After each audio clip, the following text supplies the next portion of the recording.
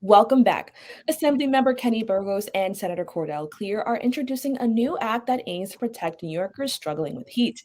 The Safe Space Heaters Act comes after the devastating Twin Parks Northwest fire. Joining me now to discuss this effort is Assemblymember Burgos. Thank you so much for joining me. Thanks for having me, Kibin. How you doing?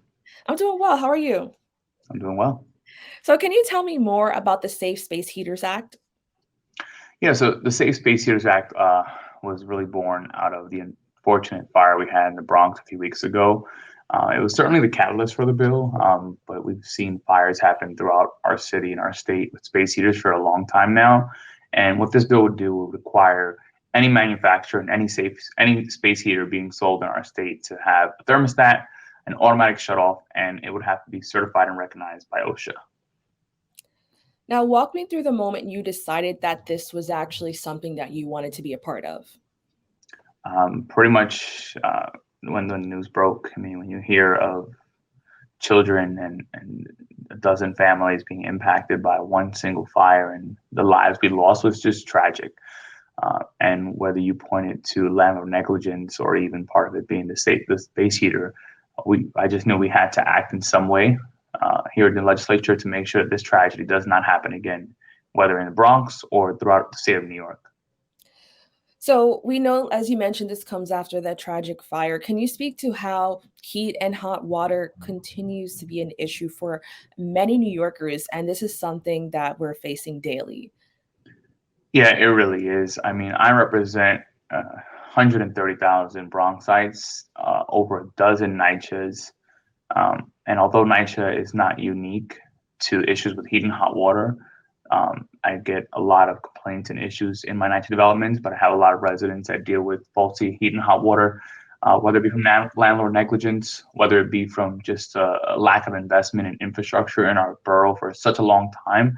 It's an issue many Bronxites face every day, and the Safe Space Heaters Act is just one way we're going to tackle it, but we really have to tackle this from all different angles to make sure Bronxites have a healthy and safe and a warm home during the winter. Now, what will this process look like? I'm expecting that it may be challenging for manufacturers who maybe want to cut costs or just simply don't want to comply. Can you just tell me what you think this process will look like? Yeah, well, our concern really is not the manufacturer's cost or the difficulty in their compliance. Our concern is the safety of our New Yorkers.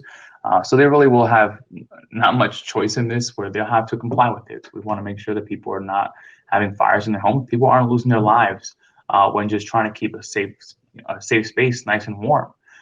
So we're going to have OSHA regulating this, and OSHA has decades of experience in this, and not just in fire safety, but in all safety and occupational hazards. So I'm confident in the bill, and I'm confident in OSHA in doing the job they need to do. Now, I understand that we want safety requirements or safety additions to space heaters. My concern is if we get this act in motion, what happens if there are no changes to space heaters? They're not going to be sold in New York. Could New Yorkers now be without another form of supplemental heat during the winter? I really like to get your thoughts on that or your concerns on that. I'm really confident in this bill. I don't think we'll have a scenario where space heater manufacturers just won't comply and won't sell in this market. I mean, New York City and New York State continually are the biggest consumers, biggest marketplaces for almost any industry. So even with this regulation, I don't anticipate manufacturers exiting the market, and I do anticipate a much higher safety standard, much like we've seen in the past in any field, right? I mean, this is what we do in the government. We make sure products that are being sold, products that consumers are using, are safe to use and will not cause harmful injuries or death. We've seen it. You can go back to even automobiles that didn't have the right safety standards when you had a vehicular crash, and we had many people who would die just from a car crash. Now we have standards that require the car to basically absorb all the impact so that the individual driving the car is safe and hopefully not impacted. So I think this will have a similar effect. So I agree. I think this is a really great act, but I also really want to focus on how, if there's a possibility that we could avoid space heaters in general, if residents did have warm households, how can we hold landlords accountable for their position in this? Yeah, I mean, there's absolutely no question that landlords are part of this equation and they're required to keep these apartments or tenants warm and safe and healthy. And we need to hold them accountable when they're not complying with that. So whether it's through the litigation process, my office is pretty much on a daily helping constituents address these concerns. But I think we need to do more, whether in the city or state level, where landlords are financially accountable. When the house is not kept to a certain heat standard, we have to talk about legislation that can possibly maybe reduce the rent that a tenant will have to pay to that landlord, because you're paying rent under the contract and under the assumption that you're going to have a home that is kept to a certain temperature. And if the landlord is not in compliance with that contract, then there should be a way for a tenant to combat that.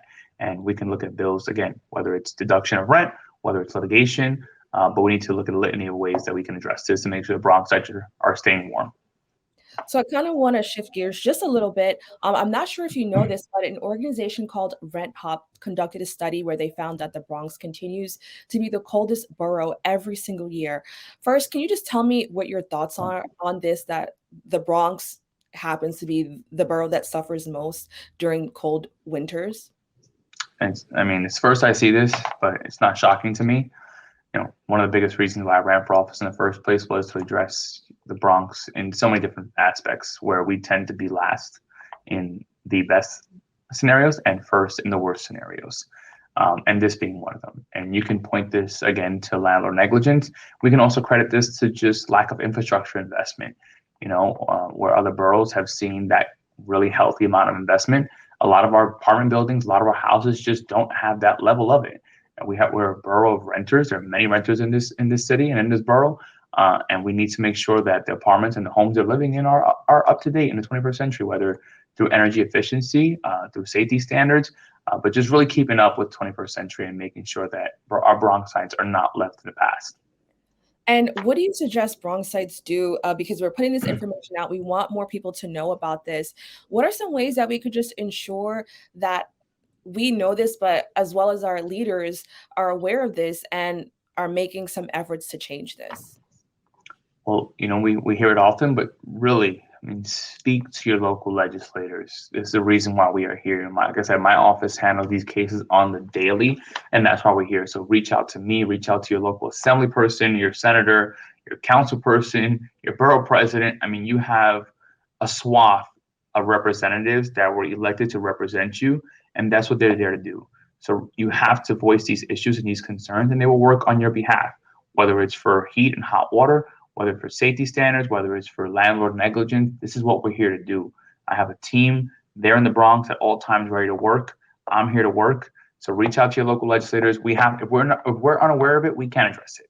But if we're aware of it, we can address it through policy, or we can address it just through constituent services. So I'm really glad that I told you that, because now you're aware, and like Thank maybe you. we could work towards like making some changes. So I'm really happy to hear you say that. Yeah, Now of course. there could be some time before we actually get the ball rolling on this, or some changes are made.